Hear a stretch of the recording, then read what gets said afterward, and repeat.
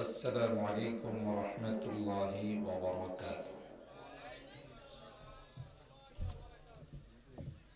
الحمد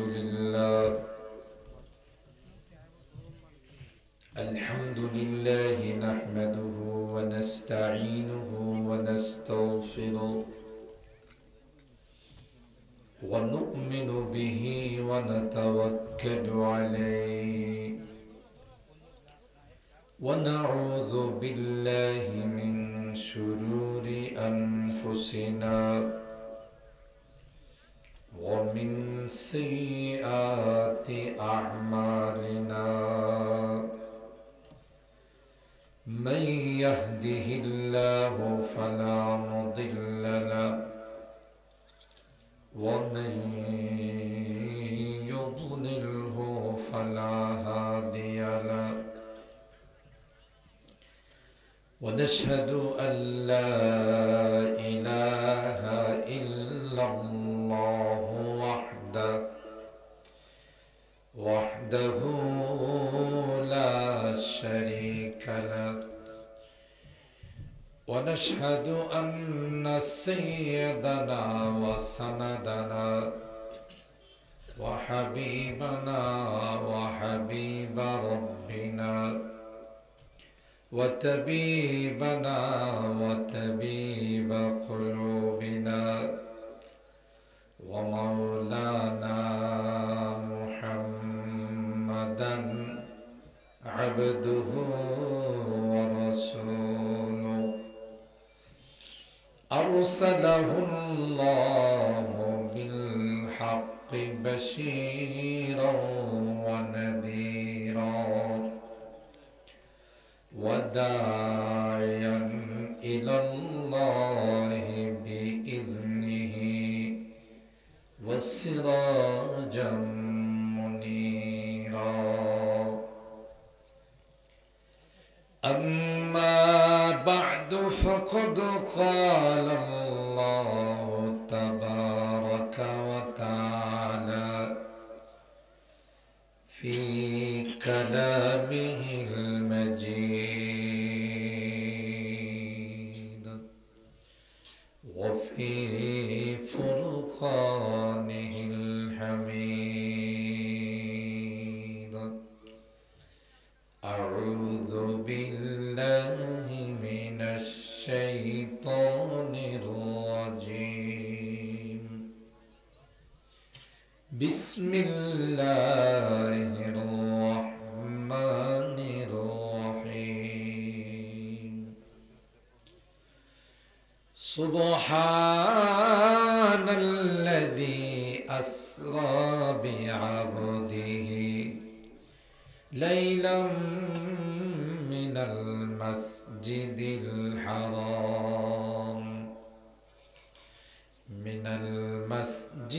الحرام إلى المسجد الأقصى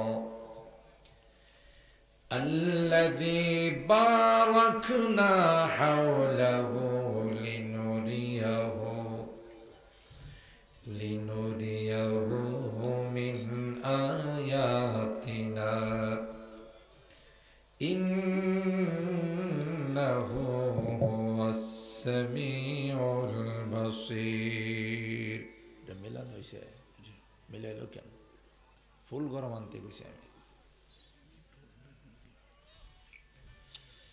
وقال النبي صلى الله عليه وسلم فجل الله لي بيت المقدس فطفقت أخبرهم عن آياته وأنا أنظر إليه أو كما قال عليه الصلاة والسلام.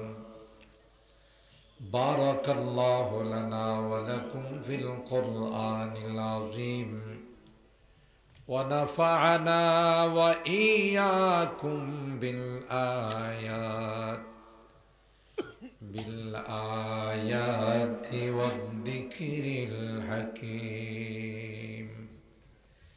صدق الله العظيم وصدق رسوله النبي الكريم ونحن على ذلك لمن الشاهدين والشاكرين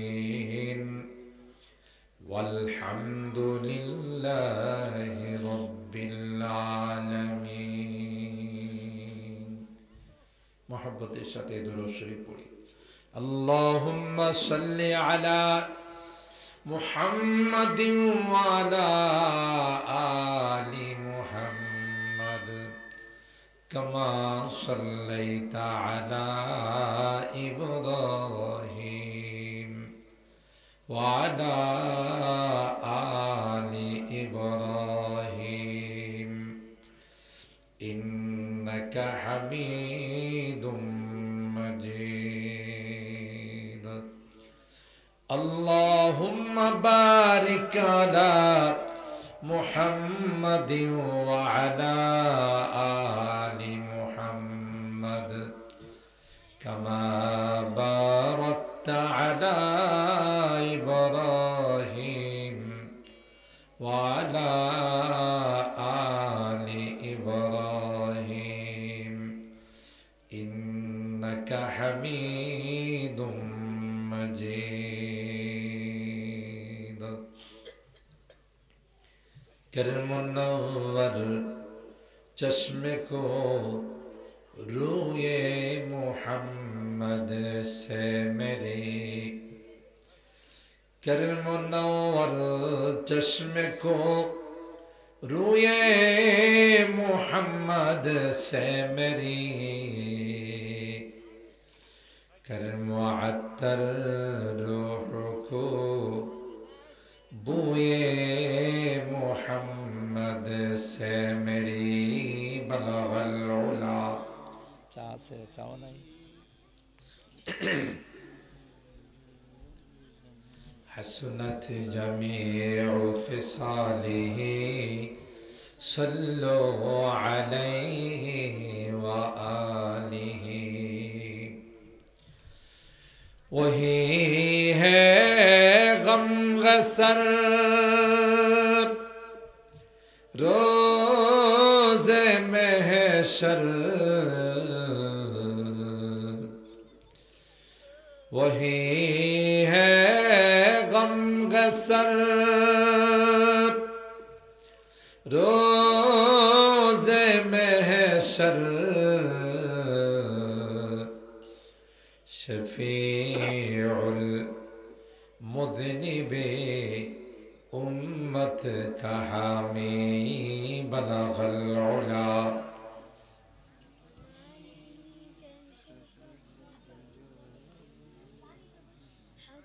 حسنت جميع خصاله صلوا عليه وآله اللهم صل وسلم دائما أبدا على حبيبك خير الخلق كلهم হাট পাগলা বাইতুল জান্নাত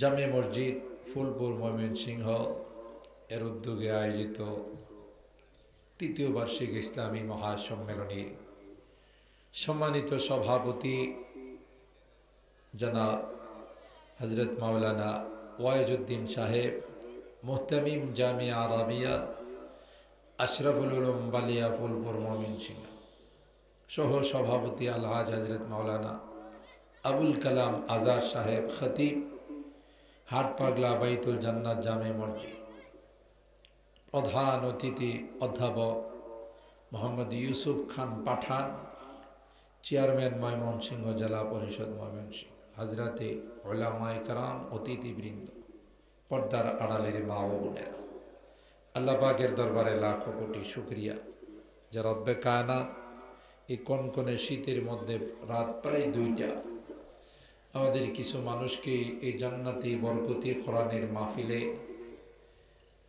আল্লাহ পাক আসার বসার তৌফিক দান করেছেন এই জন্য শুকরিয়া আদায় করে বলি আলহামদুলিল্লাহ।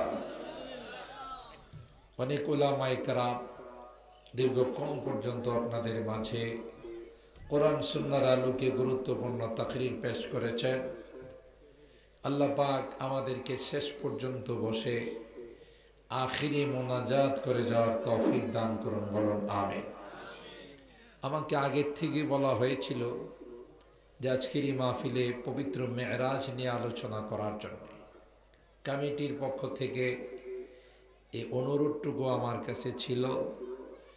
সেই অনুরোধ রক্ষা করার জন্যে মেরাজ সম্পর্কিত যে আয়াত কোরআনুল করিমের 15 নম্বর পারার সূরা বনী ইসরাঈলের প্রথম আয়াতখানা আপনাদের খিদমতে আমি তেলাওয়াত করেছি। সরকারে দু আলম মাহবুবে কিবরিয়া সৈয়দুল কওনাইন সৈয়দুস সাকালাইন হযরতে মুহাম্মদুর রাসূলুল্লাহ সাল্লাল্লাহু তাআলা আলাইহি ওয়াসাল্লামের অসংখ্য হাদিস থেকে ছোট্ট একখানা হাদিস পাঠ করেছি। চেষ্টা করব আপনাদের মাঝে সংক্ষিপ্ত সময়ের মধ্যে হলেও মেরাজের ঘটনা উল্লেখ করার জন্যে। আল্লাহ পাক আমাদের তৌফিক দান করুন, বলুন আমিন। মোহতারাম হাজরিন, মূল ঘটনা বুঝার পূর্বে আমাদের ছোট্ট করে বুঝতে হবে যে হুজুর আকরাম সাল্লাল্লাহু তাআলা আলাইহি ওয়াসাল্লামের যে সকল মুজিজা ছিল, মুজিজা বলা হয় নবীদের হাতে যখন আল্লাহ তাআলা কোনো অলৌকিক ঘটনা প্রকাশ করেন নবুয়তের প্রমাণ হিসাবে, সেটাকে মুজিজা বলা হয়। আর কোনো ওলিদের হাতে যদি আল্লাহ তাআলা কোনো অলৌকিক ঘটনা প্রকাশ করেন এটাকে কারামত বলা হয়। আর ওলিও না নবীও না, মাঝখানে দান্দাল বাটফার, বুঝেন তো, দান্দাল বাটফার, এর হাতে যদি কোনো অলৌকিক কিছু প্রকাশ পায় এটারে বলা হয় জাদু। বুঝতে পারছেন? কিন্তু নবীদের মুজিজা দেখার পর যারা বুঝতে পারে নাই এরা এটাকে জাদু বলে আখ্যায়িত করছে। হযরত মুসা পয়গম্বর মুজিজা দেখাইছেন, অন্যান্য নবীরা মুজিজা দেখাইছেন। এই মুজিজা দেখার পর যারা এগুলোকে বুঝতে পারে নাই এরা এগুলোকে জাদু বলছে। নাউজুবিল্লাহ। আমার নবীর যে সকল মুজিজা আল্লাহ পৃথিবীতে প্রকাশ করেছেন অগণিত অসংখ্য মুজিজা প্রকাশ পেয়েছে, যার সম্পর্কে বিভিন্ন কিতাব লেখা হয়েছে। যেমন লামিয়াতুল মুজিজাত একটা কিতাব আমাদের মাদ্রাসায় পড়ানো হয়। ওখানে অনেকগুলো মুজিজা অলৌকিক ঘটনা আল্লাহ তাআলা তার হাবিবের মাধ্যমে প্রকাশ করেছেন, সেগুলোর আলোচনা আছে। কোরআনে কারিমে হাদিসে পাকের মধ্যে অনেকগুলো মুজিজার আলোচনা আছে। সবচাইতে বড় মুজিজা হলো আমার রাসূলে আল কোরআন। সুবহানাল্লাহ বলে। আরেকটা গ্লাস আছে নেবেন। সবচাইতে বড় মুজিজা আল কোরআন। আরেকটা খালি গ্লাস আছে। আল কোরআন মেরাজুন নবী সাল্লাল্লাহু আলাইহি ওয়াসাল্লাম, এটাও আমার নবী একটা অন্যতম মুজিজা। সুবহানাল্লাহ বলে। রূহের জগতে আল্লাহ পাক নবীকে প্রায় তাফসীরের কিতাবের মধ্যে আসে 33 বার আল্লাহ পাক নবীকে মেরাজ করাইছেন। সুবহানাল্লাহ বলে। কতবার? স্বপ্ন যুগে, রূহের জগতে মানে স্বপ্ন যুগে মেরাজ হয়েছে। নবীদের স্বপ্ন কিন্তু ওহী, নবীদের স্বপ্ন ওহী। এটাকে রাখেন।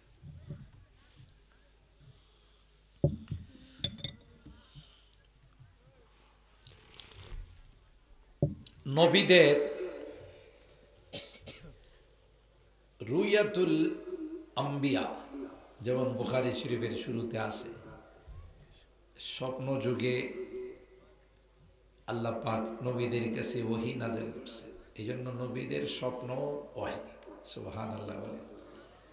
হাদিসে পাকের মধ্যে বলা হয় রুয়াল মুমিন জুজউম মিন 46 জুজআম মিনান নবুওয়াহ, 46 ভাগের এক ভাগ। এটা অনেক তালেবে ইলমরাও মিলাইতে পারেন, আপনারা মিলাবেন কেমন করে? পরীক্ষার বিভিন্ন বোর্ডের পরীক্ষায় সেটা থাকে। আমার নবীর নবুয়তের জিন্দেগি ছিল 23 বছর। 13 বছর মাক্কি আর 10 বছর মাদানী। কত বছর হলো? একটু কথা বললেন। আমি জানি আপনারা অনেক কষ্ট করে বসে আছেন, তারপরে একটু কথা বলবেন। কত বছর? 23 বছর। 13 মাক্কি আর 10 মাদানী। এর মধ্যে যদি 6 মাস শুধু স্বপ্নযোগে ওহী প্রাপ্ত হয়, দেশকে যদি 2 দিয়া গুণন দেওয়া হয় তাহলে কত ভাগ হয়? 46 হয়। তাইলে এখানে 6 মাস আল্লাহর নবী ওহী প্রাপ্ত হয়েছেন স্বপ্নযোগে। এই জন্য বলা হয় রুয়াল মুমিন জুজউম মিন সিত্তাতি ওয়া আরবাঈনা জুজআম মিনান নবুওয়া। মুমিনের সুন্দর স্বপ্ন, ভালো স্বপ্ন, এটাও নবুয়তের 46 ভাগের 1 ভাগ। সুবহানাল্লাহ বলে। একবার আল্লাহ পাক আমার রাসূলকে সশরীরে পবিত্র মেরাজে নিয়ে গেছে। সুবহানাল্লাহ। আর বাকি 33 বার হয়েছে আমার রাসূলের মেরাজ, এটা স্বপ্নযুগে, বাস্তবে নয়। এরও একটা বিশাল প্রেক্ষাপট আছে। সেটা হলো আল্লাহর নবীর ভিতরের সাহারা ছিল আম্মাজান খাদিজাতুল কুবরা রাদিয়াল্লাহু তাআলা আনহা। বাহিরের সাহারা ছিল আল্লাহর নবীর চাচা আবু তালেব। বাহির দিয়ে যদি কেউ কোনো প্রতিবাদ করার জন্য আসতো, তাহলে প্রোটেকশন, নিরাপত্তার জন্য আল্লাহর নবীর চাচা ছিলেন আবু তালেব। যেমন একবার মক্কার সকল মানুষ আবু তালেবের কাছে এসে বলল, তোমার ভাতিজাকে থামাও। যে ঘরে ঘরে যে দ্বন্দ্ব, কেউ মুসলমান, কেউ কাফের, কেউ মূর্তির সামনে হরে কৃষ্ণ হরে রাম কয়, আর কেউ আল্লাহকে সিজদা দেয়, এটা এই ঘরে ঘরে যে দ্বন্দ্বটা, এটা সামলাইতে হলে মোহাম্মদকে থামাইতে হবে। বাপদাদার আমল থেকে আমরা কইরে আসছি, এরকমের স্লোগান আছে না আমাদের দেশে? এই মিয়া মৌলভী সাহেব কি কন? বাপদাদার আমল থেকে আমরা কইরেছি, আর নতুন কথা কি কন? আছে না এরকম? এরাও কয় মা ওয়াজাদনা না আলাইহি আবানা, আমরা তো বাপদাদার আমল থেকে করে আসছি, নতুন করে এখন কি বলতে চাও? থামাও তোমার ভাতিজাকে। আমরা এতদিন যাবৎ করে আসছি মূর্তি দেবতার পূজা, লাত মানাত উজ্জাত এগুলোর দেবতার পূজা করছি, এখন এক আল্লাহর কথা কয়, থামাও। তো আল্লাহর নবী বললেন, চাচা, সারা বিশ্ব যদি আমার বিপরীত চলে যায়, আমার পক্ষে যদি একজনও না থাকে, তবু আমি আল্লাহর একত্ববাদের দাওয়াত দিয়ে যাব। সুবহানাল্লাহ। চাচা বলেছিলেন, ভাতিজা, এ ভাতিজা,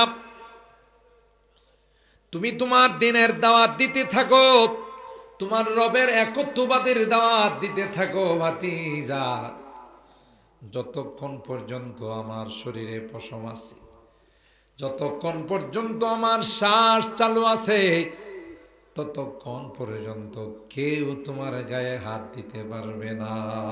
আল্লাহু আকবার। ওয়াল্লাহি লা ইয়াসিলু ইলাইকা বিজামইহিম হাত্তা উসিদা বিতুরাবি দাফিনা।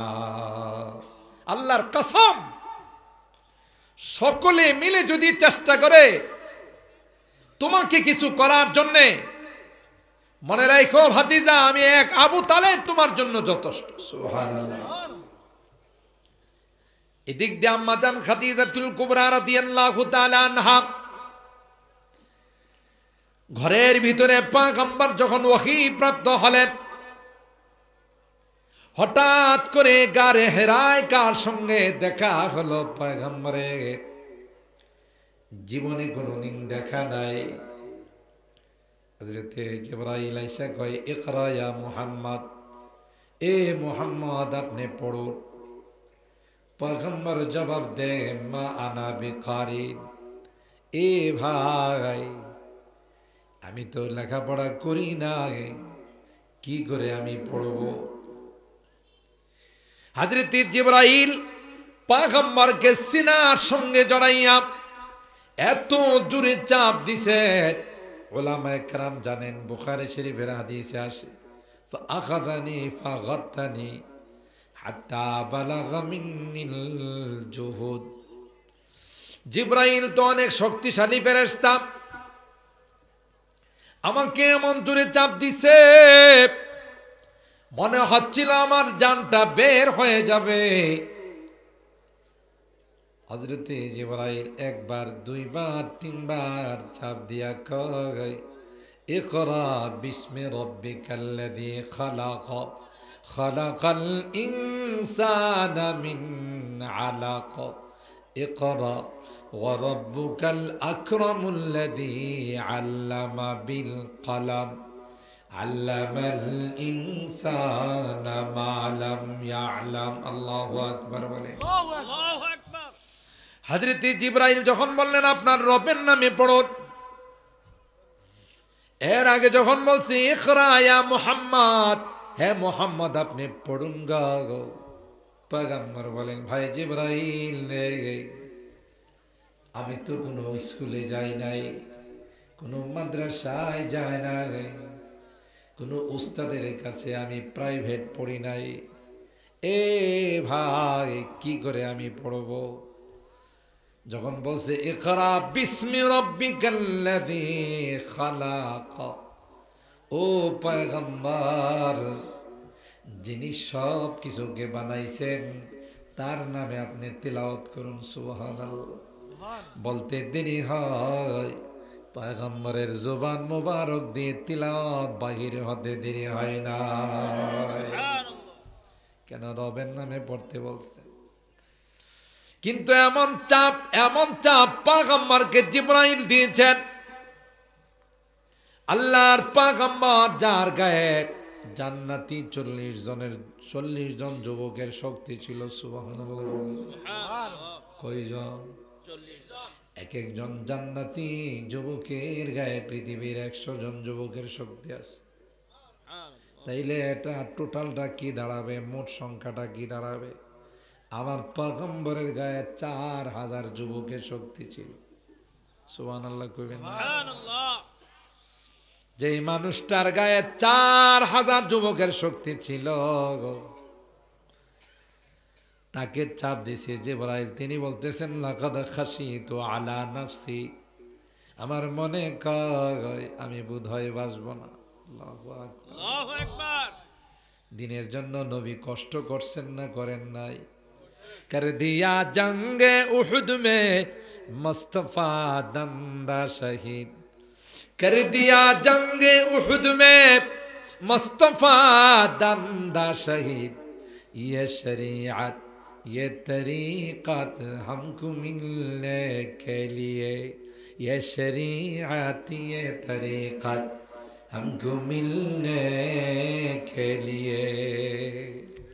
আমাদের হাত পাগলা পর্যন্ত ইসলাম পৌঁছার জন্য আমার রাসূল দান্দান মোবারক শহীদ করেছেন, তায়েফের জমিনে রক্তাক্ত হয়েছেন। ঠিক কিনা বলেন? ঠিক।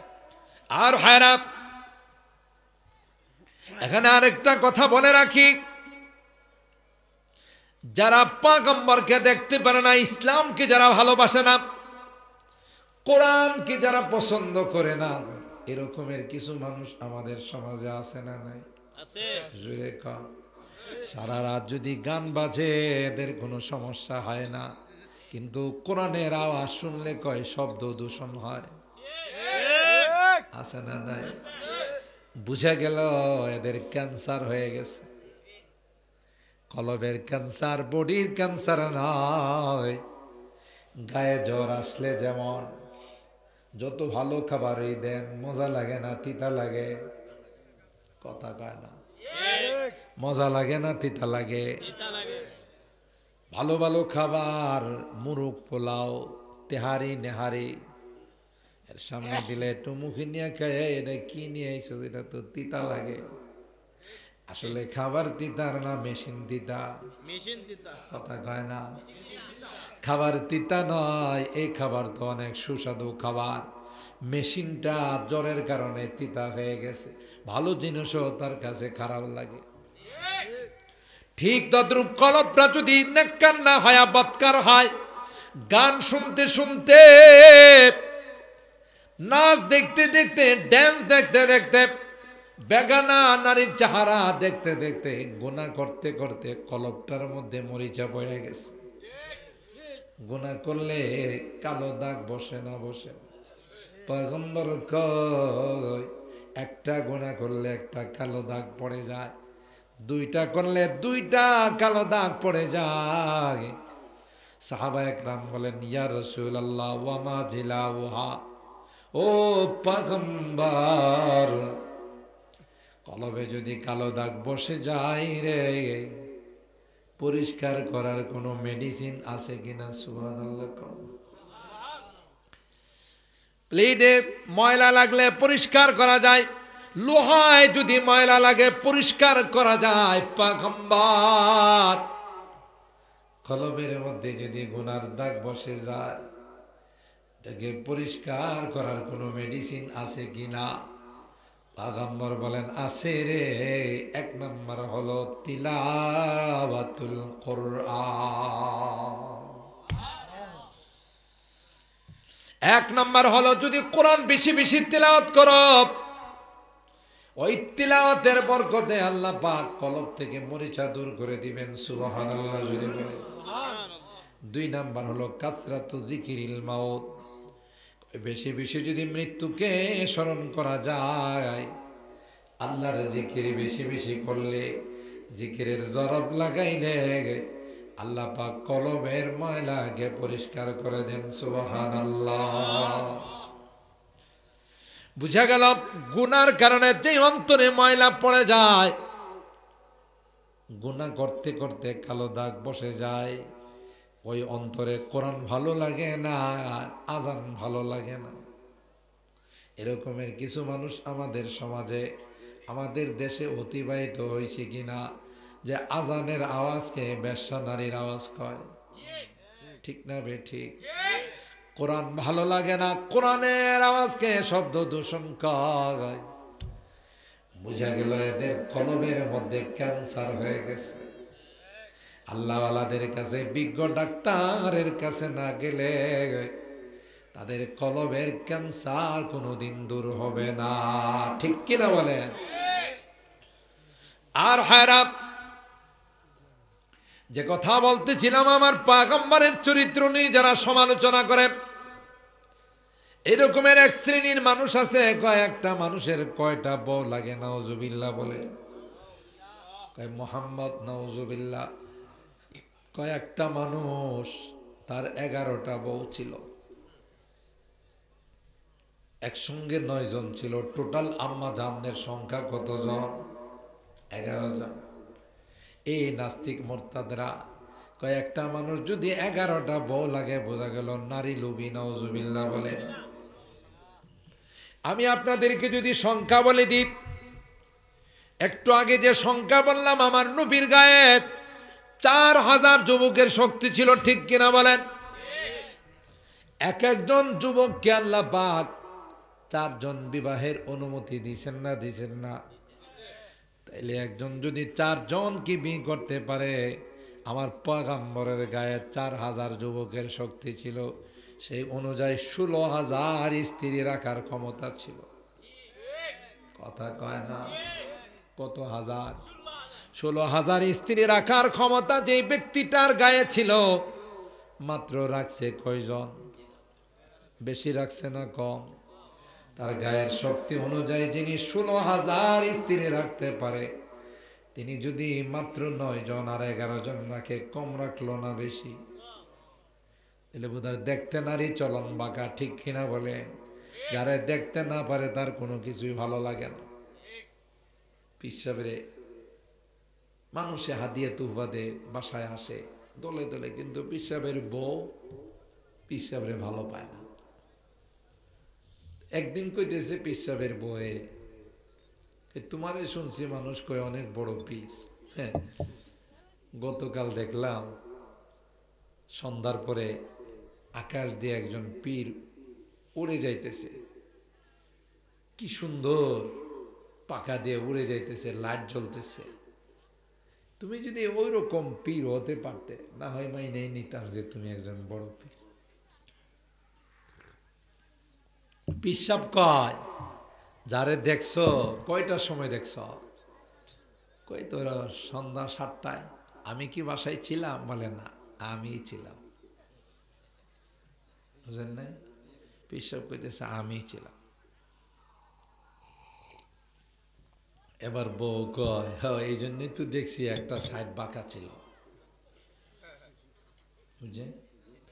একটু আগে কি কইছে, তুমি যদি ওই রকম কামেল পীর হইতে পারতা, আকাশ দিয়ে উড়ে গেছে, তাইলে তোমার আমি না হয় তোমার কাছে মরে দিয়ে যেতাম। পিসাব যখন দলিল্লা দিল্লা দিয়া বুঝাই দিছে যে সন্ধ্যার সময় আমি কি ঘরে ছিলাম, হ্যাঁ আমি, এই জন্যই তো দেখছি উঠছে ঠিকই, কিন্তু একটা সাইড বাঁকা।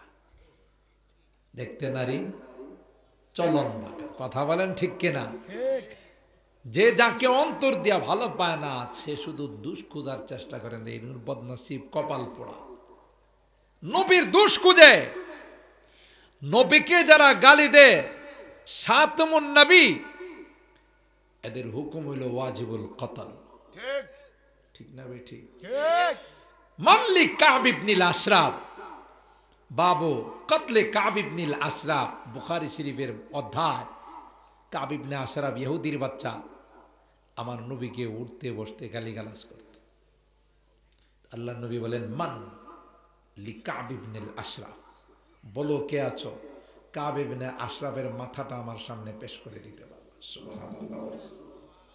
মুহাম্মদ ইবনে নায়লা, মুহাম্মদ ইবনে মাসলামা, আবু নায়লা তার দুধ ভাই, ইয়া রাসূলুল্লাহ আমারে যদি অনুমতি দেন তাহলে ওর মাথাটা আপনার সামনে পেশ করে দেব। সুবহানাল্লাহ।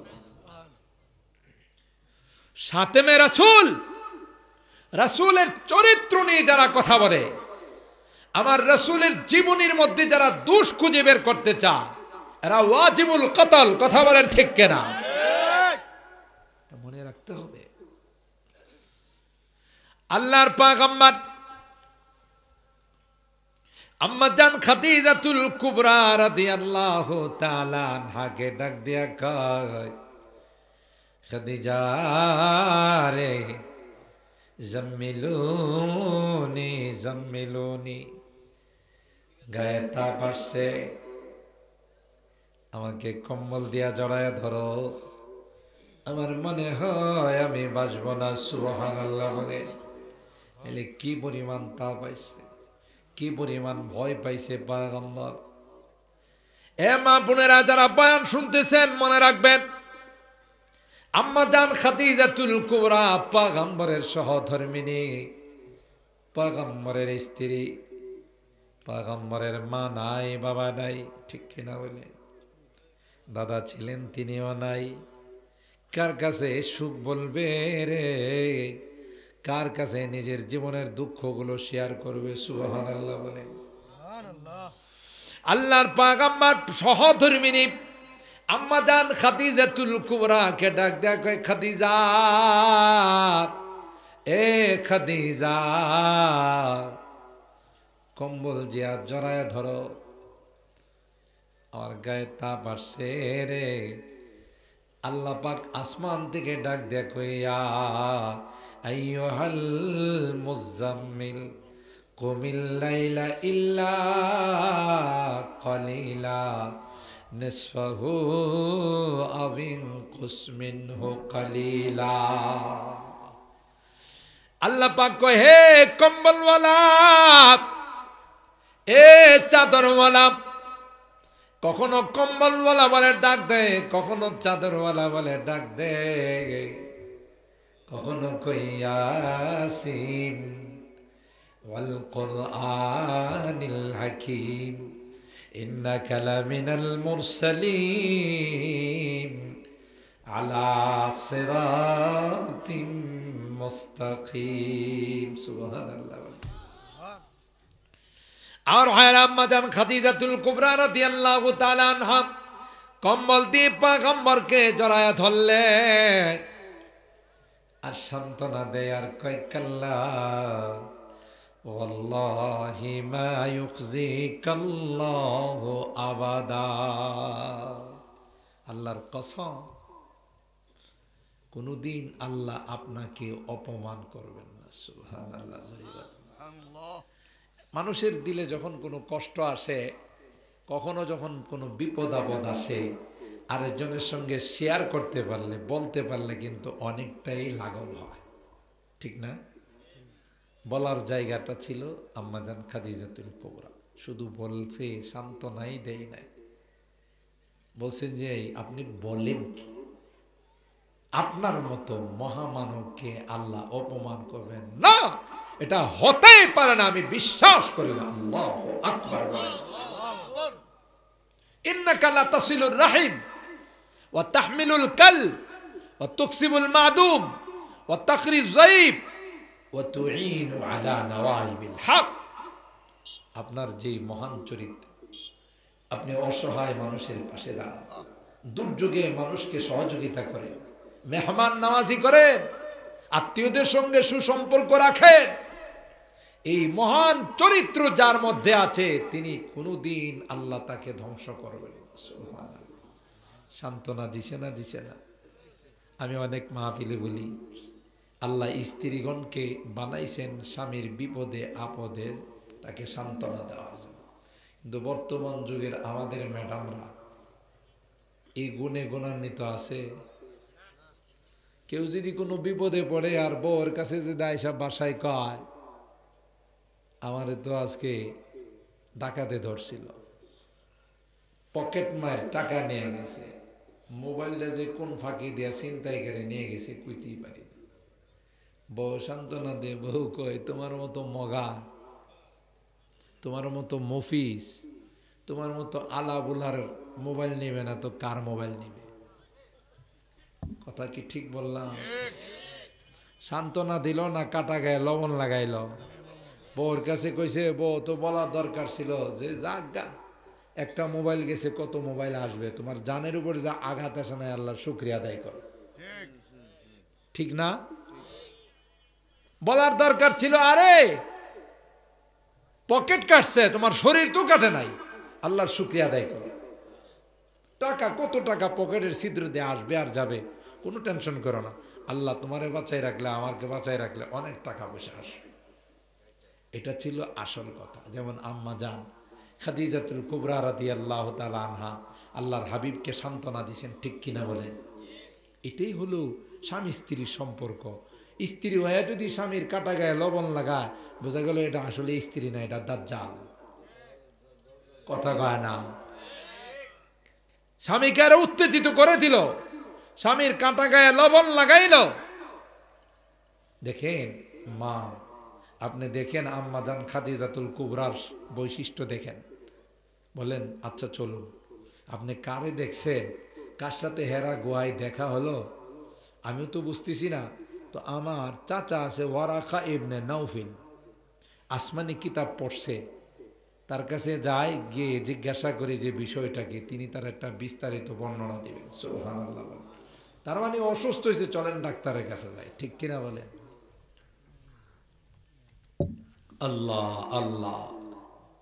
ওয়ারাকা ইবনে নাউফিলের কাছে আম্মা জান নিয়ে গেলেন, ইসমা মিন ইবনে আখিকা মা ইয়াকুলু লাক, শুনেন তো কি কয়।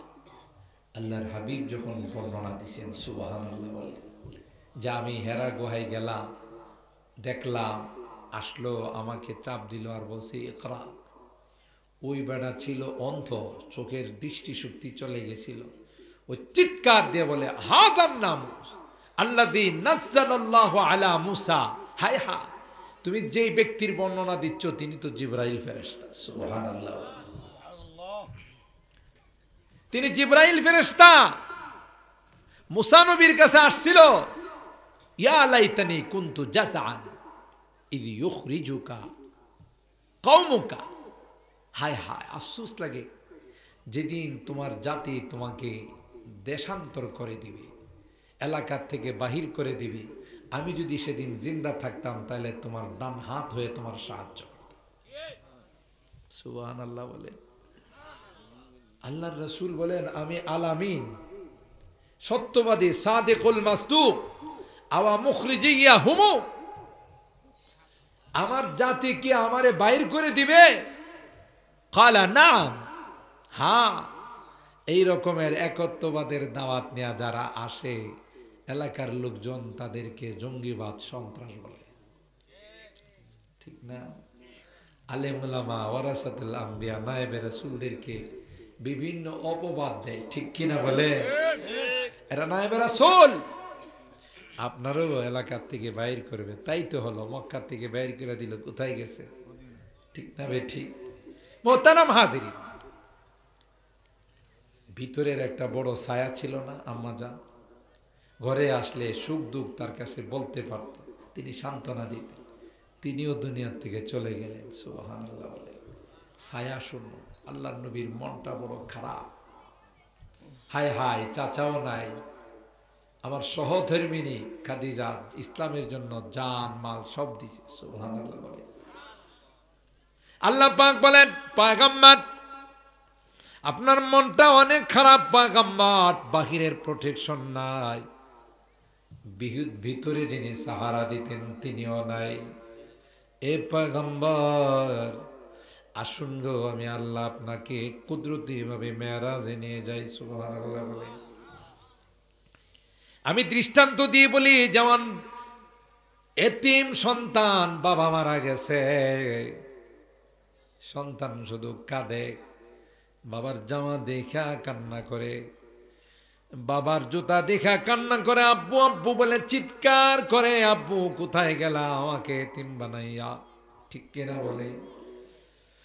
কেউ তাকে থামাইতে পারে না, বারবার আব্বু বলে চিৎকার করে বেহুশ হয়ে যায়।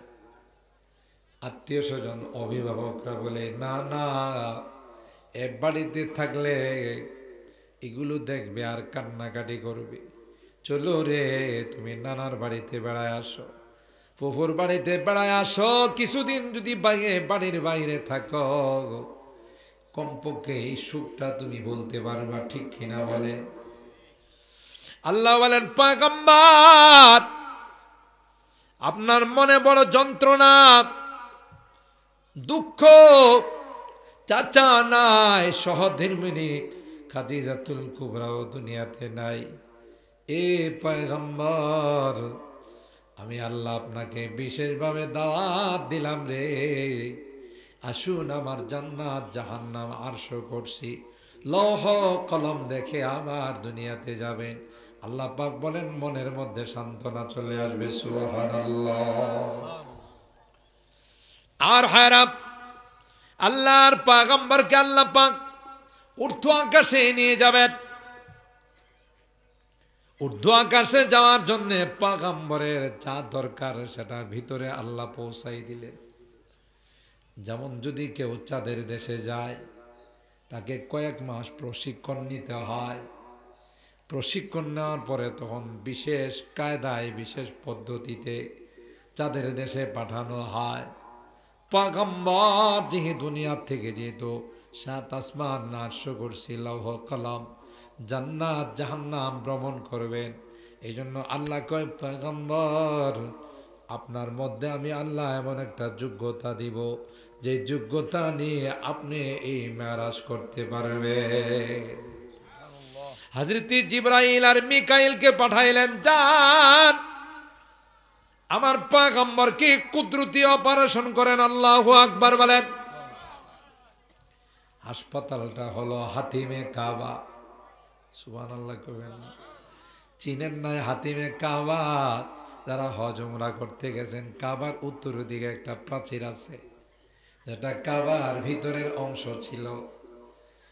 পরবর্তীতে কুরাইশরা যখন কাবা নির্মাণ করছে, ওই অংশটা আর ভিতরে নিতে পারে নাই, তাদের আর্থিক সংকুলান হয় নাই। এই জন্য পয়গম্বর বলেন, হাতিমে কাবায় যদি কেউ 2 রাকাত নামাজ পড়ে, সেজন্য কাবার ভিতরে 2 রাকাত নামাজ পড়ল। সুবহানাল্লাহ। হাতিমে কাবা হলো ক্লিনিক, আর ডাক্তার হলেন, অধ্যাপক হলেন যিনি মূল অপারেশনকারী সার্জারি ডাক্তার হযরতে জিবরাইল, সহকারী অ্যাসিস্ট্যান্ট হলেন হযরতে মিকাইল। সুবহানাল্লাহ। মেডিসিন কি ব্যবহার করছে? মেডিসিন আর কিছুই নয়, মেডিসিন হলো আবে জমজম। সুবহানাল্লাহ বলে। হাতিমে কাবাতি সুয়াইয়া পয়গম্বরের সাক্ষ্যে সদর করছে, সিনা মুবারক চাক করে পয়গম্বরের ভিতরে সবগুলো ক্লিন করছে জমজমের পানি দিয়া। সুবহানাল্লাহ বলে। এরপরে হযরতে জিবরাইল আর মিকাইল বলেন, পয়গম্বর বুরাক উপস্থিত। সুবহানাল্লাহ বলে। কি করব? বুরাকে আপনি উঠে পড়েন, পিছনে সামনে আমরা দুইজন আছি, আপনাকে ইস্তেকবাল করে নিয়ে যাব। বুরাক পয়গম্বরকে দেখে খুশিতে নাড়াচাড়া শুরু করছে। সুবহানাল্লাহ। বুরাক কয়, আমার ভাগ্য কত ভালো, বিশ্ব নবী রহমতে আলাম আমার পিঠে উঠে বাইতুল মুকাদ্দাস যাবে। সুবহানাল্লাহ। হযরত জিবরাইল ডাক দেয়া কই, বুরাক নড়াচড়া করবি না রে বুরাক, কিছুক্ষণ পর তোর উপর যিনি সওয়ার হবেন তিনি আকায়ে নামদার তাজদারে মদিনা রহমতে আলাম হযরত মুহাম্মদুর রাসূলুল্লাহ সাল্লাল্লাহু আলাইহি ওয়াসাল্লাম। বুরাক পয়গম্বরকে নিয়া এই ভাই কত দ্রুত গতিতে গেছেন, যেখানে বুরাকের দৃষ্টি পড়ে ওখানে কদম ফালাই। সুবহানাল্লাহ। কতটুক দূরে আমরা জমিন থেকে যদি আসমানের দিকে তাকাই, দেখি না? দেখি না? কথা কয় না। তাইলে আসমানটা কি জমিন থেকে 5 কিলোমিটার দূরে? 10 কিলোমিটার? কত কত 9,30,00,000 মাইল। সুবহানাল্লাহ জোরে বলে। ওখানে আমাদের দৃষ্টি যায়, তাহলে বোরাকের দৃষ্টিটা যেখানে গেছে ওখানে একটা কদম ফালাইছে, কতক্ষণ লাগছে যাইতে? সুবহানাল্লাহ। বাইতুল মুকাদ্দাসে পয়গম্বর উপস্থিত, ওখানে দেখে সমস্ত নবীদেরকে আল্লাহ উপস্থিত করে রাখছেন। আল্লাহু আকবার বলেন। হযরতে আদম থেকে নিয়ে ঈসা রূহুল্লাহ পর্যন্ত ওখানে উপস্থিত। সবাই পয়গম্বরকে সালাম জানাই রে, আর বলে আপনার পিছনে 2 রাকাত নামাজ পড়ার জন্য বসে আছি। সুবহানাল্লাহ। জিবরাইল কয়, পয়গম্বর ইমামতি করার যোগ্য আর কেউ নাই, আপনাকে সকল নবীদের ইমাম বানাইছেন আল্লাহ, ইমামুল আম্বিয়া ওয়াল মুরসালিন। সমস্ত নবীদের সঙ্গে রূহের জগতে দেখা হয়ে গেল। হযরত জিবরাইল বলেন, পয়গম্বর দেরি নাই রে, আরো অনেক দূরে যাইতে হবে। সুবহানাল্লাহ বলে। এবার বাহন পরিবর্তন, মিরাজ, কুদরতি লিফট চলে আসলো, কুদরতি সিঁড়ি চলে আসলো। পয়গম্বরকে জিবরাইল আমিন হযরত মিকাইল নিয়ে রওনা দিলেন। প্রথম আসমান, দ্বিতীয় আসমান, তৃতীয় আসমান, চতুর্থ আসমান, পঞ্চম আসমান, ষষ্ঠ, সপ্তম, সব আসমানে যখন জিবরাইল নিয়ে যায়, 2 জন করে নবী আর লক্ষ লক্ষ ফেরেশতা আমার পয়গম্বরকে স্বাগতম জানানোর জন্য দাঁড়িয়ে রয়েছে। সুবহানাল্লাহ। প্রত্যেকটা আসমানে বলে, পয়গম্বর আপনার জন্যই তো আমরা এতক্ষণ পর্যন্ত লালায়িত আসুন গো, আসমানকে আপনি ধন্য করে যা। যাইতে যাইতে সপ্তম আসমান পাড়ি দিলেন। মাঝখানে অনেক কিছু আল্লাহ দেখাইলেন, সময় নাই। কুদরতি ভাবে আল্লাহ পাক পয়গম্বরকে অনেক কিছু দেখাইলেন। যারা সুদী লেনদেন করে তাদেরকে শাস্তি, যারা মিথ্যা কথা কয় তাদেরকে শাস্তি, যারা জেনা করে তাদেরকে শাস্তি, যারা মানুষের জায়গা আত্মসাৎ করে তাদেরকে শাস্তি, সবগুলো পয়গম্বরকে আল্লাহ পাক দেখাইলেন। আল্লাহর নবী দেখে কয়, ভাই জিবরাইল রে, এগুলো কারা? এক একটা গুনার কঠিন শাস্তি আল্লাহ দেখাইছেন। আল্লাহর উদ্দেশ্য হলো যেগুলো বর্ণনা আছে কোরআন এবং হাদিসের মধ্যে, আল্লাহ পাক এমন একজন ব্যক্তিকে দিয়ে এগুলো দেখাইছেন যিনি একজনের বলা কোটি মানুষের বলার সমান। জোরে বলুন ঠিক কিনা? আর হায়রাত হতে হতে আল্লাহ পাক বলেন ইনদা সিদরাতিল মুনতাহা ইনদাহা জান্নাতুল মাওয়া ইয ইয়াগশাস সিদরাতা মা ইয়াগশা মা যাগাল বাশারু ওয়া মা তাগা ওয়ালাকাদ রাআ মিন আয়াতি রাব্বিহিল কুবরা। এক জায়গায় যায় দেখে বড়ই গাছ, বড়ই গাছের পাতাগুলো হাতির কানের সমান। সুবহানাল্লাহ। আর এক একটা বড়ই হলো বড় বড় কলস আছে না, যে কলসের মধ্যে মা দাদিরা চাউল রাখে, বড় কলস, মটকা বলে এগুলোকে। আপনাদের এলাকায় কি বলে? মটকা। মটকা যেগুলো বড় বড় মটকা, এক একটা বড়ই হলো সেই রকম। এখন আপনাদের মনে প্রশ্ন আসতে পারে যে এত বড় বড়ই খাইব কেডা? ঠিক না? ওই যে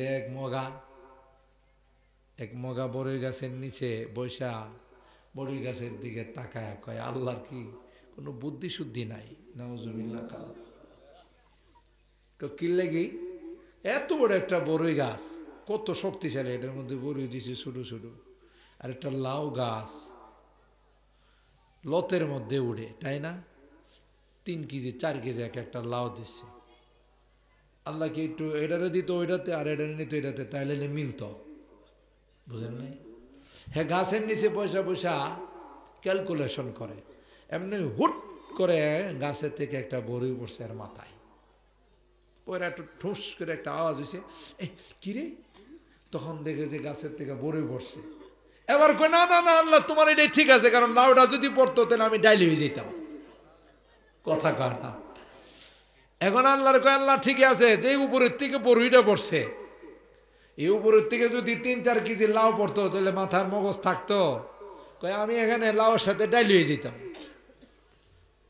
তো আল্লাহ তাআলা যে বড় বড়ই বানাবে ওই সময় ওই মানুষটাও তত বড় হবে। সুবহানাল্লাহ। জান্নাতে যাওয়ার যে রাস্তাটা, তার 2 পাশে বড়ই গাছ লাগানো আছে। সুবহানাল্লাহ। এই জন্যে মানুষ মারা গেলে আপনাদের এলাকায় বড়ই পাতা দিয়ে পানি গরম করেনি, নিম পাতা, বড়ই পাতা।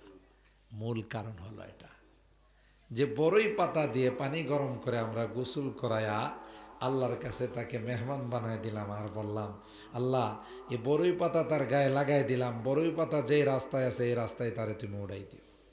সুবহানাল্লাহ।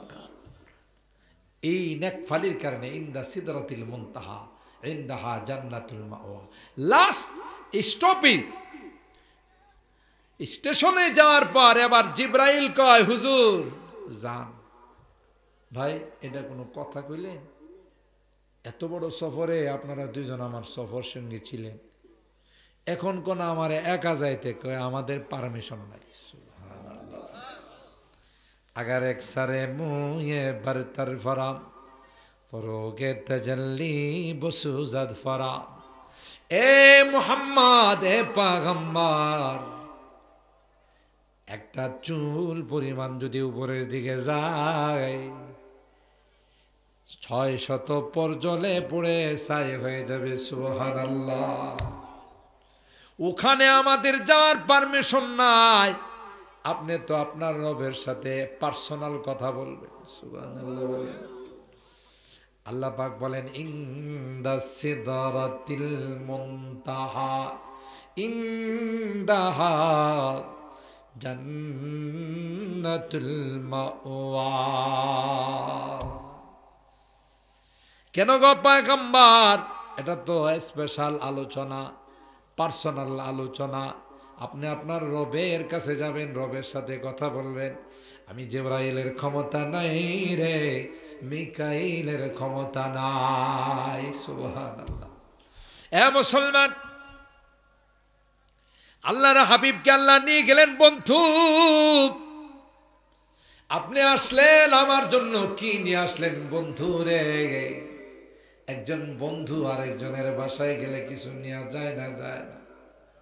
আল্লাহ ডাক দিয়া কয়, হাবিব আমার আপনি আসলেন আমার জন্য কি নিয়ে আসলেন? আল্লাহর হাবিব বলেন, আত্তাহিয়াতু লিল্লাহি ওয়াসসালাওয়াতু ওয়াত-তাইয়্যিবাত। আল্লাহু আকবার। আল্লাহ তোমার জন্য ইজ্জত সম্মান তোমার তাজিম নিয়ে আসলাম। এরপর আল্লাহ বলেন, আসসালামু আলাইকা আইয়ুহান নাবিয়্যু ওয়া রাহমাতুল্লাহি ওয়া বারাকাতুহু। আল্লাহর হাবিব ডাক দেখায়, মালিক আমার একা সালাম দিলেন, আমার এতিম উম্মত যে দুনিয়াতে রাইগা আসলাম তাদেরকে সালাম দিবেন না?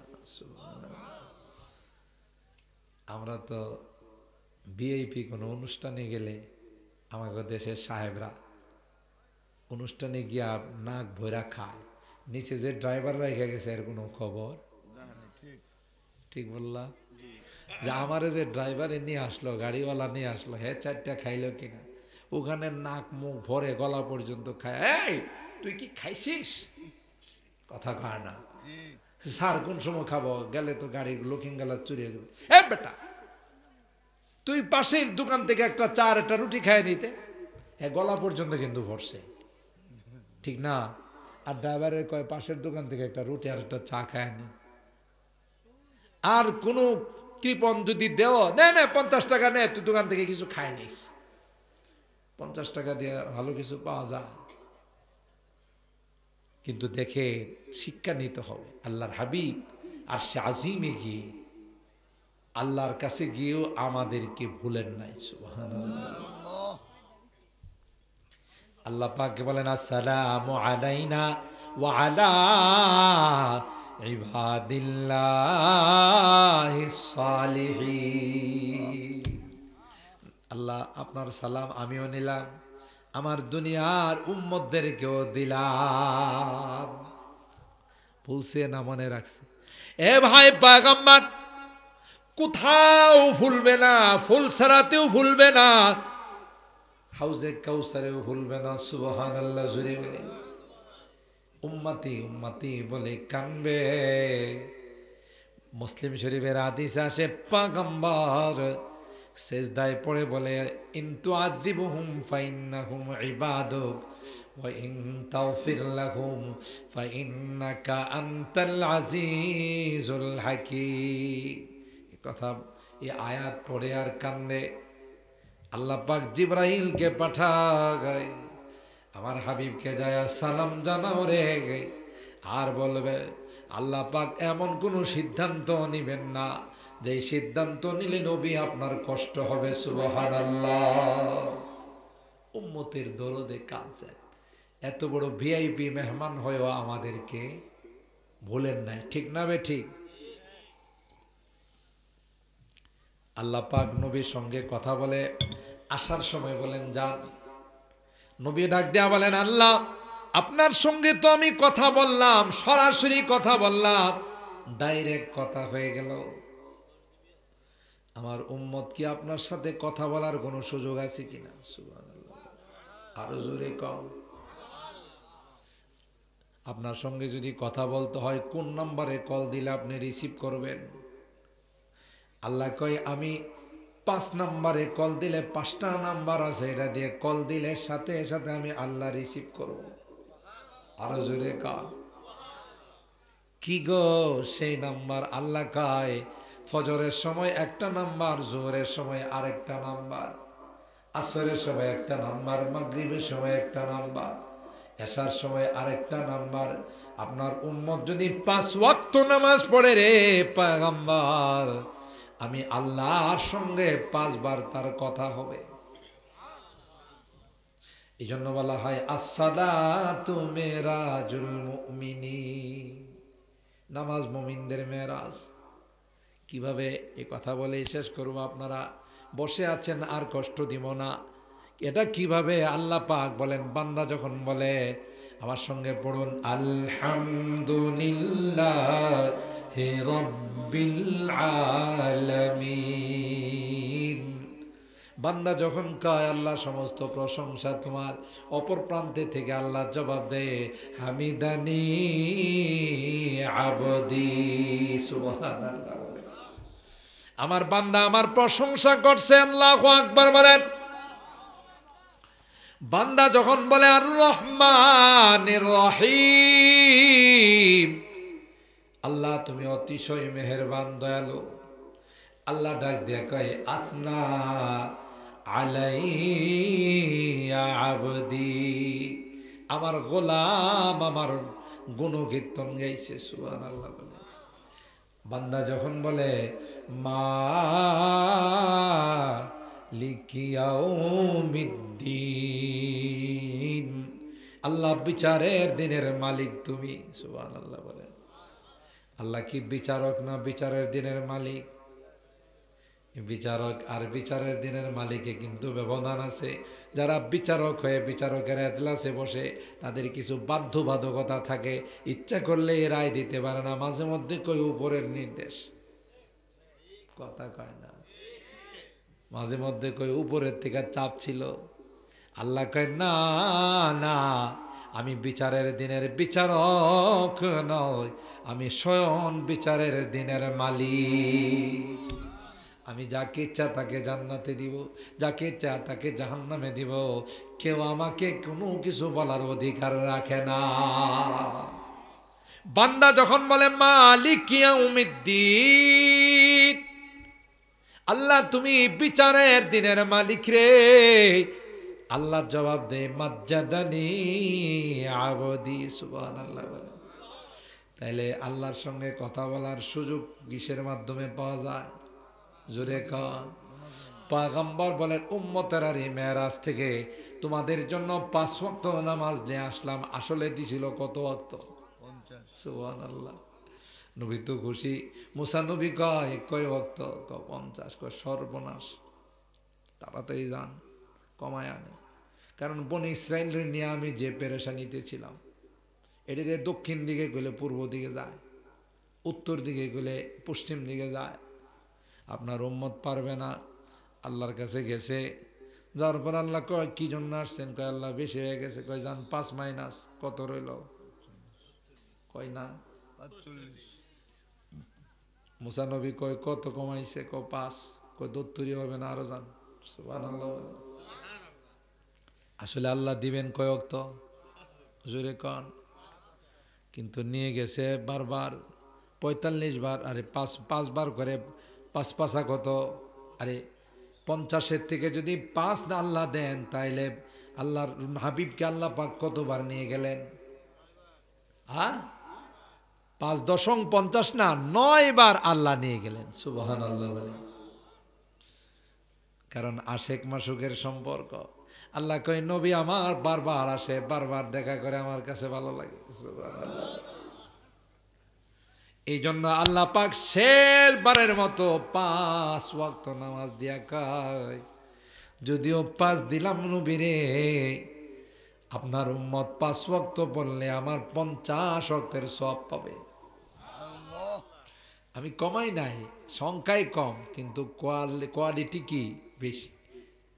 আল্লাহ পাক আমাদেরকে এই 5 ওয়াক্ত নামাজ দিয়েছেন যে আমার সঙ্গে কথা বলতে চাইলে 5 ওয়াক্ত নামাজের মাধ্যমে আমার সঙ্গে কথা হবে। সুবহানাল্লাহ। এটা হলো মেরাজের শিক্ষা, যে মেরাজ থেকে আল্লাহ নবী আমাদের জন্য 5 ওয়াক্ত নামাজ দিয়ে আসছে। আর মেরাজ আল্লাহ নবীর জীবনের অনেক বড় মুজিজা, যে আল্লাহ পাক তার হাবিবকে সব কিছু ঘোরায়া, কতক্ষণ সময় লাগছে? 1 মাস, তাই না? মেরাজ থেকে যে আল্লাহ নবী আসছেন কয় মাস লাগছে? এই আপনারা বুঝেন না। যে ঘরের যে দরওয়াজাটা লাগাই গেছে না, শিকলটা, আয়সা দেখে যে শিকলটা নড়াচড়া করতেছে, তাহলে কয় মাস? সুবহানাল্লাহ কইবেন না? আল্লাহ এই মুহূর্তের মধ্যে আল্লাহ পাক বাইতুল্লাহ থেকে বাইতুল মুকাদ্দাস, বাইতুল মুকাদ্দাস থেকে 7 আসমান, আরশ, কুরসি, লৌহ কলম দেখায়া আবার মক্কায় ফেরত পাঠাইছে। যখন আল্লাহ নবী ফজরের সময় বললেন মেরাজ থেকে আইছি, এমনি তো নাচুন না বলি, আরো পাইছে ঢোলের বাড়ি। বুঝেননি আপনার? মক্কার কাফেররা তো এমনি পিছনে লাগা যাই কো আবু বকর তোমার নবী কি কয় শুনছুনি? কি কয়? কয় মুহূর্তের মধ্যে মক্কা থেকে বাইতুল মুকাদ্দাস থেকে বলে 7 আসমান ঘুরে এসে এখনো শিকড়লা নড়াচড়া করতেছে। আবু বকর কয় নবী কইছিনি বলা, তাইলে বিশ্বাস করলাম। কারণ আমার নবী জীবনও কোনোদিন মিথ্যা কথা কয় না। এরপরে এরা দেখছে যে নারী আবু বকরের দিয়া তো কাম হইব না, এরা আইসে নবীর কাছে আয়সা কয় আচ্ছা আপনি যে বাইতুল মুকাদ্দাসে গেছেন বলেন তো কয়টা দরজা, কয়টা সিঁড়ি, কয়টা জানালা? নবী কি এটি গণবার লেগে গেছিল? কথা কয় না। কিন্তু খবিশের দল নবীরে আটকানোর জন্য, শরম দেওয়ার জন্য বলেন তো দেখি বাইতুল মুকাদ্দাসের দরওয়াজা কয়টা? আল্লাহ ডাক দেয়া কয় না না না না, আমার নবীরে আটকাইতে পারবে না। আল্লাহ নবীরে প্রশ্ন করে আল্লাহ পাক ছবির মাধ্যমে দেখাই দিছে। সুবহানাল্লাহ। বুখারী শরীফের হাদিস, মুসলিম শরীফের হাদিস। ফাজাল্লাল্লাহু লি বাইতুল মুকাদ্দাস, আল্লাহর পয়গম্বর বলেন এরা যখন আমারে বলে কয়টা দরওয়াজা, আমি সামনে দিয়া দেখি যে এই কয়টা দরওয়াজা, আমি বলি দিই বাইতুল মুকাদ্দাসের দরওয়াজা হলো এই কয়টা। সুবহানাল্লাহ। বলি জানালা হলো এই কয়টা। আল্লাহ আমার সামনে উপস্থিত করে দিয়েছেন। আল্লাহর হাবিবকে কেউ লজ্জা দিবে, আল্লাহ সেটা বরদাস্ত করতে পারেন না।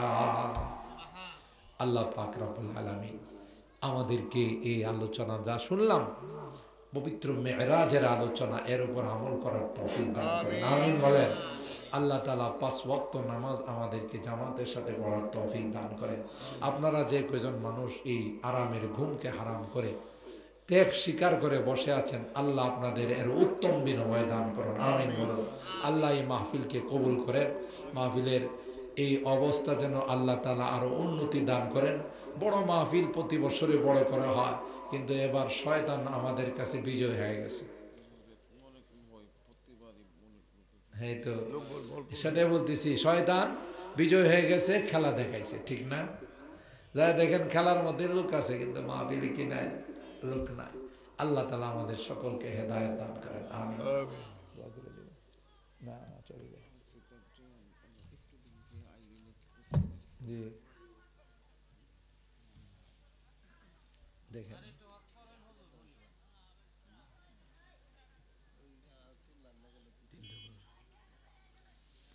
আল্লাহ আল্লাহ। ঢাকাতে ঢোকাটা তো অনেক নবুয়তের প্রমাণ হিসাবে সেটাকে মুজিজা বলা হয়। আর কোনো ওলিদের হাতে যদি আল্লাহ তাআলা কোনো অলৌকিক ঘটনা প্রকাশ করেন, এটাকে কারামত বলা হয়। আর ওলিও না নবীও না, মাঝখানে দান্দাল বাটফার, বুঝেন তো? দান্দাল বাটফার, এর হাতে যদি কোনো অলৌকিক কিছু প্রকাশ পায়, এটারে বলা হয় জাদু। বুঝতে পারছেন? কিন্তু নবীদের মুজিজা দেখার পর যারা বুঝতে পারে নাই, এরা এটাকে জাদু বলে আখ্যায়িত করছে।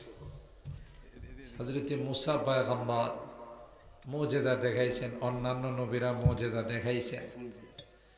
এই মুজিজা দেখার পর যারা এগুলোকে বুঝতে পারে নাই, এরা এগুলোকে জাদু বলছে। নাউজুবিল্লাহ।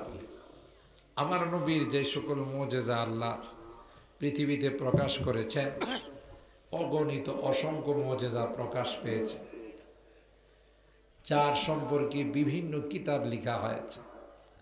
যেমন লামিয়াতুল মুজিজাত একটা কিতাব আমাদের মাদ্রাসায় পড়ানো হয়। ওখানে অনেকগুলো মুজিজা, অলৌকিক ঘটনা আল্লাহ তাআলা তার হাবিবের মাধ্যমে প্রকাশ করেছেন, সেগুলোর আলোচনা আছে। কোরআনে কারিমে, হাদিসে পাকের মধ্যে অনেকগুলো মুজিজার আলোচনা আছে। সবচাইতে বড় মুজিজা হলো আমার রাসূলে আল কোরআন। সুবহানাল্লাহ বলে। আরেকটা গ্লাস আছে নেবেন। সবচাইতে বড় মুজিজা আল কোরআন। আরেকটা খালি গ্লাস আছে।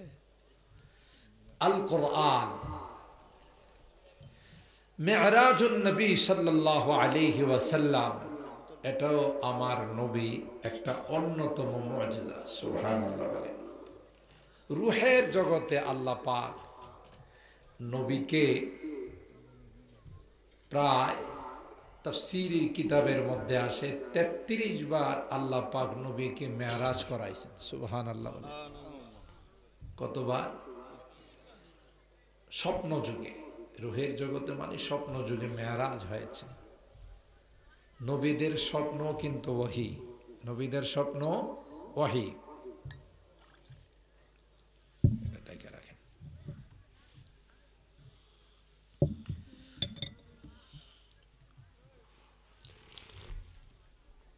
নবীদের রুয়াতুল আম্বিয়া, যেমন বুখারী শরীফের শুরুতে আসে, স্বপ্ন যুগে আল্লাহ পাক নবীদের কাছে ওহী নাযিল করছে।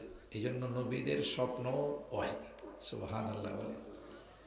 হাদিসে পাকের মধ্যে বলা হয় রুয়াল মুমিন জুজউম মিন সিত্তাতি ওয়া আরবাঈনা জুজআম মিনান নাবুওয়াহ, 46 ভাগের এক ভাগ। এটা অনেক তালেবে ইলমরা মিলাইতে পারে না, আপনারা মিলাবেন কেমন করে? পরীক্ষার বিভিন্ন বোর্ডের পরীক্ষায় সেটা থাকে। আমার নবীর নবুয়তের জিন্দেগি ছিল 23 বছর।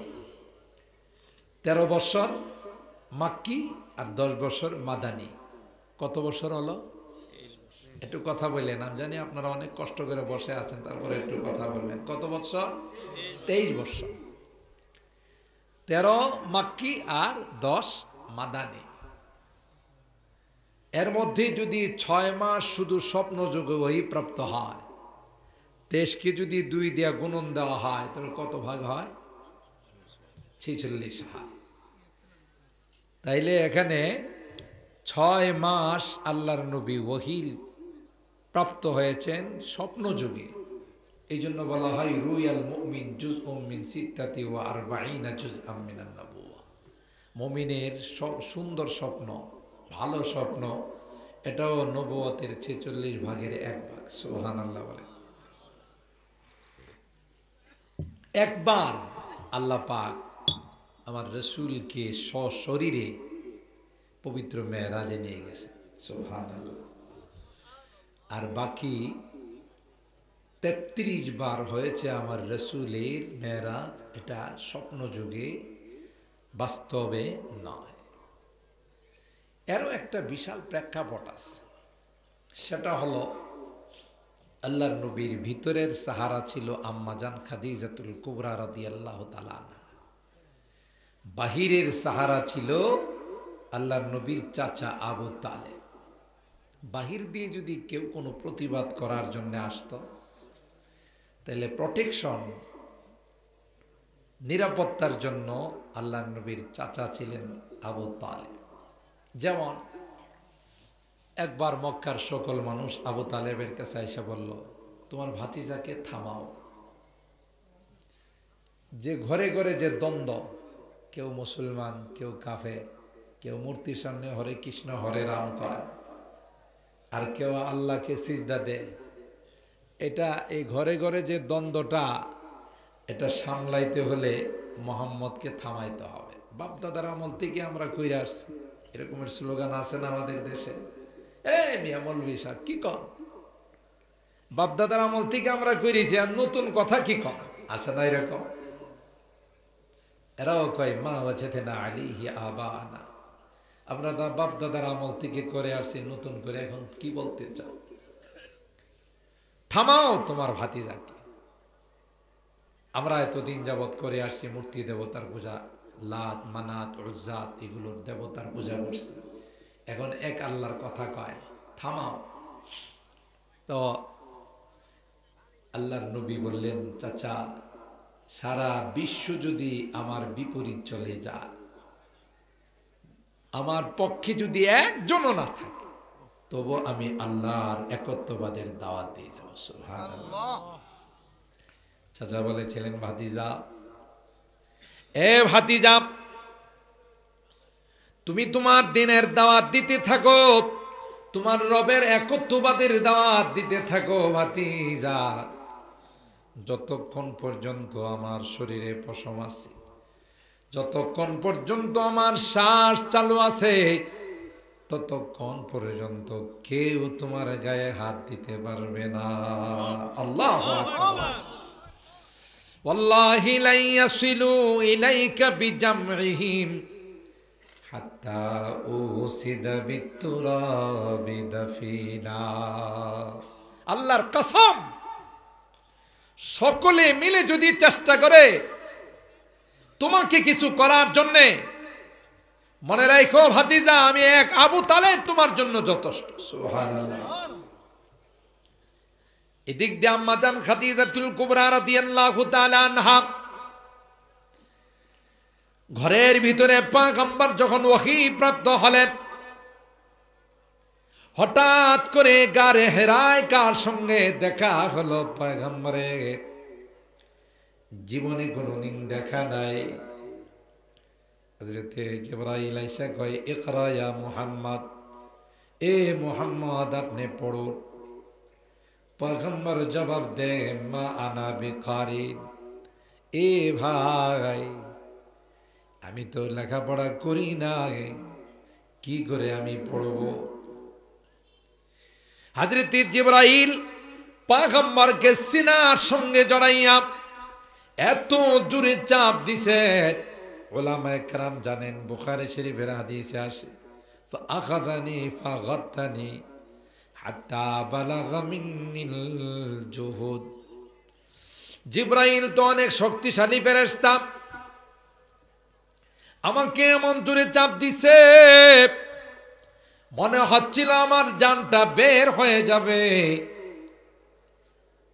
হযরতে জিবরাইল একবার, দুইবার, তিনবার চাপ দিয়া কয়, ইকরা বিসমি রাব্বিকাল্লাযী খালাক, খালাকাল ইনসানা মিন আলাক, ইকরা ওয়া রাব্বুকাল আকরামুল্লাযী আল্লামা বিল কলম, আল্লামাল ইনসানা মা লাম ইয়ালাম। আল্লাহু আকবার বলে। আল্লাহু আকবার। হযরতে জিবরাইল যখন বললেন আপনার রবের নামে পড়ুন, এর আগে যখন বলছি ইকরা ইয়া মুহাম্মদ, হে মুহাম্মদ আপনি পড়ুন গো। পয়গম্বর বলেন, ভাই জিবরাইল রে, আমি তো কোনো স্কুলে যাই নাই, কোনো মাদ্রাসায় যাই নাই, কোনো উস্তাদের কাছে আমি প্রাইভেট পড়ি নাই, এ ভাই কি করে আমি পড়ব? যখন বলছে ইকরা বিসমি রাব্বিকাল্লাযী খালাক, ও পয়গম্বর, যিনি সব কিছুকে বানাইছেন তার নামে আপনি তিলাওয়াত করুন। সুবহানাল্লাহ। বলতে দেরি হয়, পয়গম্বরের জবান মোবারক দিয়ে তিলাওয়াত বাহির হতে দেরি হয় না। কেন? রবের নামে পড়তে বলছে। কিন্তু এমন চাপ পয়গম্বরকে জিবরাইল দিয়েছেন, আল্লাহর পয়গম্বর যার গায়ে জান্নাতি 40 জন যুবকের শক্তি ছিল। সুবহানাল্লাহ। কয়জন? 40 জন। এক একজন জান্নাতি যুবকের গায়ে পৃথিবীর 100 জন যুবকের শক্তি আছে। তাইলে এটা টোটালটা কি দাঁড়াবে? মোট সংখ্যাটা কি দাঁড়াবে? আমার পয়গম্বরের গায়ে 4000 যুবকের শক্তি ছিল। সুবহানাল্লাহ কইবেন না? সুবহানাল্লাহ। যেই মানুষটার গায়ে 4000 যুবকের শক্তি ছিল, তাকে চাপ দিছে জিবরাইল। তিনি বলতেছেন, লাকাদ খাশিতু আলা নাফসি, আমার মনে কয় আমি বোধহয় বাঁচব না। আল্লাহু আকবার। আল্লাহু আকবার। দিনের জন্য নবী কষ্ট করছেন না করেন নাই? कर दिया जंगे उहुद में मुस्तफा दंदा शहीद, कर दिया जंगे उहुद में मुस्तफा दंदा शहीद, ये शरीयत ये तरीक़त हमको मिलने के लिए, ये शरीयत ये तरीक़त हमको मिलने